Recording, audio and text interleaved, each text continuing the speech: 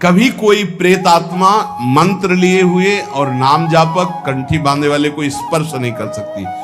वायु और अग्नि, इस तत्व का उनके अंदर विशेष प्रवेश रहता है, और आकाश तत्व, उनमें जल और पृथ्वी तत्व का। इसलिए जैसे देवता कोई रूप धारण कर सकता है, अंतर ध्यान कर सकता है, ऐसी उनमें शक्ति होती है, पर वो किसी को स्पर्श नहीं कर सकते। वो स्पर्श उसी को करते हैं जो बिल्कुल उनकी कैटेगरी के होते हैं। वैसे ही पापाचरण करने वाले, वैसे ही अब उनको पानी तो मिलेगा नहीं, तो किसी के ऊपर आवेश करके वो ऐसे पानी आदि पीने के लिए, या उसको ऐसे थोड़ी होते कि भगत के ऊपर भूत आ जाए। कभी आज सुना है आपने? कंठी बांधे, तिलक लगाए, नाम जाप, कभी कहीं सुना है? मुझे तो आज तक ऐसा प्रमाण नहीं मिला कि कोई सी भगत के ऊपर आए हों। देखा है क्या कभी कोई? हाँ, नाटक ही करता हो भक्ति का तो बात अलग है कि वो, नहीं तो भक्त के ऊपर भूत कहां आएगा? पंचमहाभूतों का प्रभाव नहीं रहता, एक भूत क्या कर लेगा? इसलिए नाम जो, डरना मत।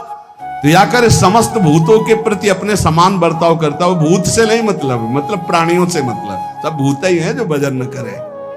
कोई डर तुम्हारे अंदर नहीं रहेगा यदि नाम रूपी अंग रक्षक हमारे पास है। हर समय नाम। बचपन में जब थे तो एक दो गली ऐसी पड़ती थी, जैसे जानवर जहां बंद थे वहां जाना है, या घर वहां से घर जाना है, तो अंधेरा पड़ता था, गांव में बिजली होती नहीं थी। तो जैसे माता जी से कहते थे बहुत डर लगता है, तो कहती बच्चा जय हनुमान जय हनुमान जय हनुमान कहा करो, डर नहीं लगेगा। उस समय बचपन में संस्कार डाले गए थे कि जब गली में पहुंचते तो अंधेरे में कोई भूत वूत ना हो, तो वह आंख बिल्कुल सीधी करके जय हनुमान जय हनुमान जय हनुमान जय हनुमान दौड़ के गली अंधेरे के निकल जाते थे। वही संस्कार गंगा किनारे भी काम किए। जीव सब जहां भय लगता तो वहां जोर से भगवान नाम जब कीर्तन शुरू हो जाता।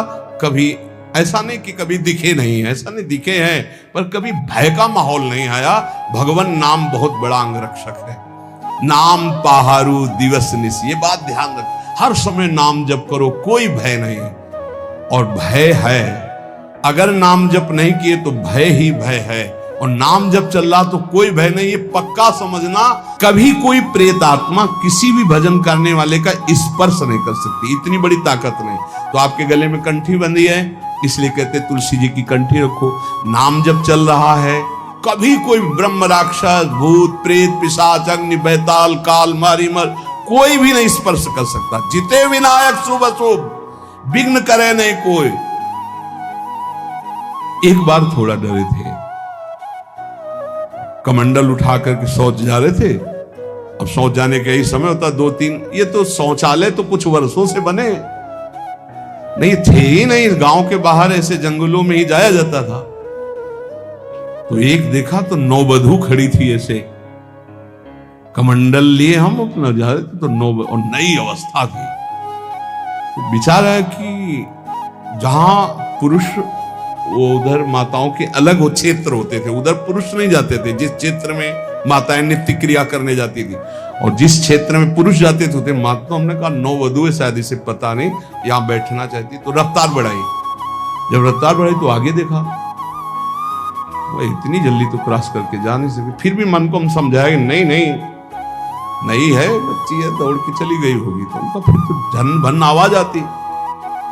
हम खड़े हो गए, वो खड़े हो गए, उनका शायद यहां सोच होना चाहती होगी। तो आगे बढ़े तो वो बढ़ने लगे।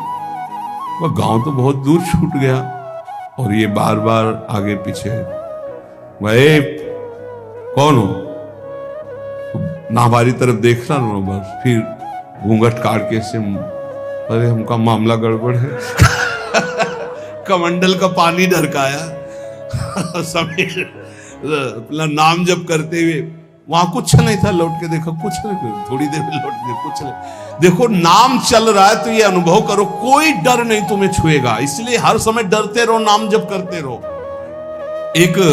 हमने एक सत्संग में प्रसंग सुनाया है। एक पुलिसमैन जो है वो ड्यूटी करके आ रहा था, नाइट ड्यूटी। रास्ते में एक नवयुवती मिली, तो उसने कहा कि मैं रास्ता भूल गई हूं और आज आप अपने घर ले चलो। उसका ब्याह हुआ नहीं था, पवित्र भाव से घर ले गए। जब घर में ले गया तो फिर उसका अपवित्र भाव हो गया उस युवती का। वो तो घर ही था। सुबह निकल गई साथ, बड़ा खुश हुआ कि यार। दूसरे दिन फिर वहीं मिली तो उसने कहा आज तो घर नहीं भटकी होगी। बोले नहीं, कल से हमारी आपकी मित्रता होगी, हम रोज आपको यहीं मिला करेंगे। अब वो मानसिक शक्ति से युक्त, वो पुलिस में, और वो प्रेत योनि को प्राप्त, जिसे चुड़ैल कहते हैं, ऐसी वो। अब वो तो महीना भर में वो सूख गया, पीला शरीर हो गया।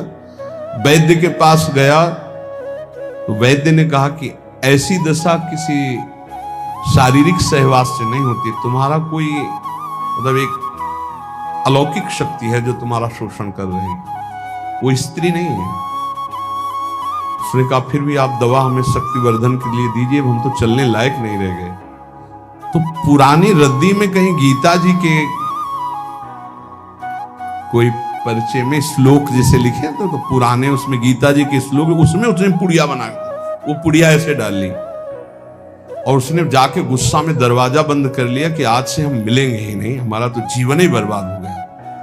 तो देखा पार्श्व में बैठी, उसके होश उड़ गए। उसने कहा कि आप कौन हो, कहां से आई हो? वह इतने दिन उससे मिल रहे हो, अभी ये नहीं जान रहे कौन हो? बोले कहां से आए हो? वह झरोखे से आई। तो उसके होश उड़ गए, झरोखे से आई इसका मतलब। तो उसने कहा दूर क्यों हो, तुम आते ही हमारे को स्पर्श करती थी, आज स्पर्श। बोले पुड़िया हटाओ जेब से। उसने पुड़िया में क्या? बोले इसमें गीता का श्लोक लिखा हुआ है, मैं तुम्हें स्पर्श तब तक नहीं करूंगी जब तक है, और देखो तुम हमें तनिक भी प्यार करते हो तो पुड़िया हटाओ। उसने कहा पुड़िया कैसे हटा सकते हैं अब? उस दिन वो बैठी रही पर स्पर्श नहीं हुआ और समय आने पर चली गई। दूसरे दिन उसने गीता का पूरा जेब में रख लिया और जहां आती ना यदा यदा धर्मस्य ग्लानिर्भवति, आना ही बंद हो गया। गीता जी, भगवान का नाम, भगवान की लीला, भगवान की चरित्र, तुलसी जी चरणामृत, ये हम सब सेवन, रज रानी, हमको भूत लगेगा? नहीं भाई, ये कल्याण के लिए आते हैं, डरो मत। ये ना डरे कि वृंदावन में भूत है। क्या जानते हो आप? भगवत चरित्र पढ़ के देखो, जो ब्रज के भक्तों के चरित्र कैसे मिलते हैं, चरित्र जिनमें ऐसा। तो संतों से अपना कल्याण करने आते हैं, डरना नहीं। नाम है तो डर कैसा? बिल्कुल मत डरना। और जिसको डर लगे तो रात भर जग के भजन करना, और क्या बोले कमरे में। डर है नहीं, पक्का डर नहीं। अच्छा, भूत में भी तो भगवान है। एक बार नामदेव जी के सामने भूत प्रकट हुआ, खूब लंबा।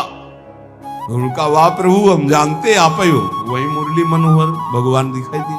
कोई चराचर जगत में मत्ता परतरम नान्यत किंचिदस्ति धनंजय, भगवान की सिवा कोई नहीं। इसलिए खूब नाम जप करो, निर्भय रहो, स्वस्थ शरीर रहे, ऐसे आचरण करो, क्योंकि इसी शरीर से भगवत प्राप्ति होगी। शेष चर्चा आगे। श्री राधा वल्लभ लाल की।